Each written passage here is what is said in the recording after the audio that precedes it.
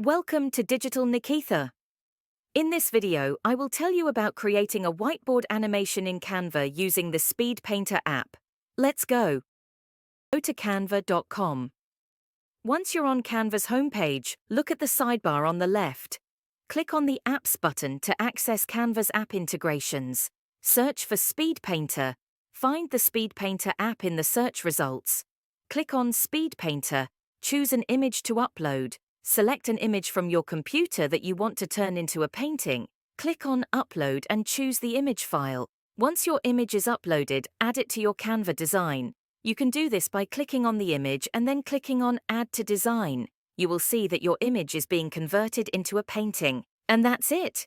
You've now created a whiteboard animation using the Speed Painter app in Canva. If you found this tutorial helpful, please like this video and subscribe to my channel. Don't forget to click the bell icon for more updates.